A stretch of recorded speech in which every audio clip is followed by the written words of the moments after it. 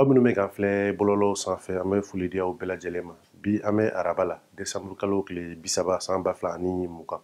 an ka bi bakuruba olu bɛ tali kɛ kalata kibaruyaw kan mara ani décentralisation ministre ale bɛ kumaɲɔgɔnyaw la nin waati in na san 2020 juillet kalo soroba ɲami MINUSMA ye a ka sɛgɛsɛgɛliw o jaabiw bin y'aw ka bi kunnafoni kɛnɛ sigilen ye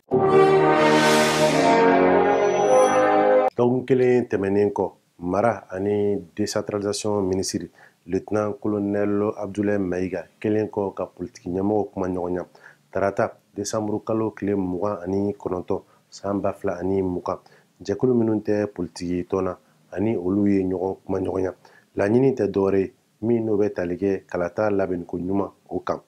jamana jɔli kura ministre Mohamed Kulibali ale tun bɛ nin lajɛ in kɛnɛ kan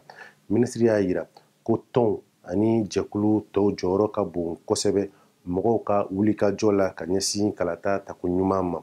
a ko fana min o ye fasoden ɲumanya ladamu ko ye ko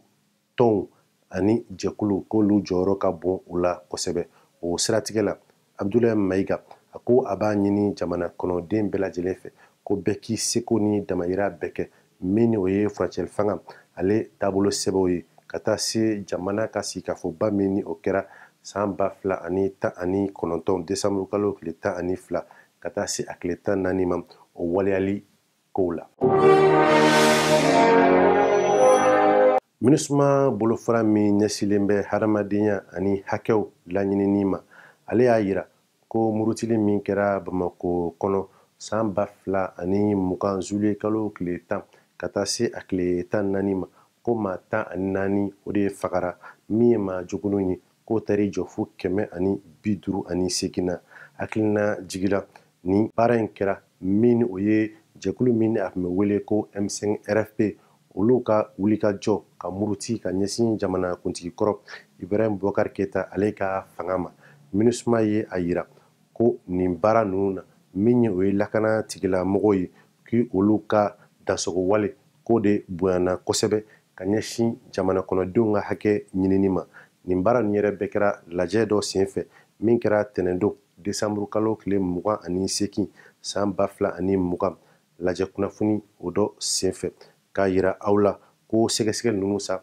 o baaraw daminɛna kabini juillet kalo tile 20 ka taa se uti kalo tile 17 ma san 2020 Bamako ani marayɔrɔ tɔw olu ka suruba ɲagamiw fɛ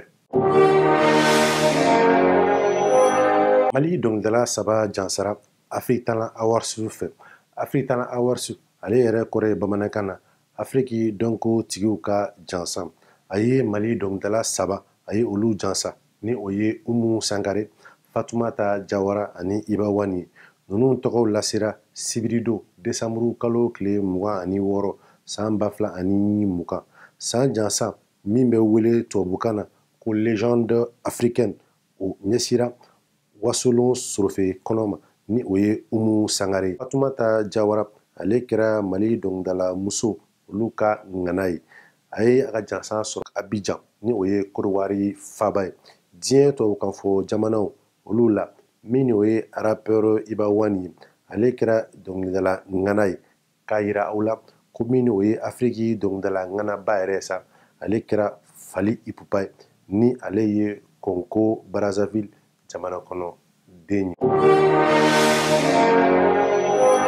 ye ni kunnafoni bɛ dansiri an ka bi kibaruya kɛnɛw la an bɛ dugawu kɛ a k'an bɛn waati wɛrɛ nin kɛnɛ kelen kan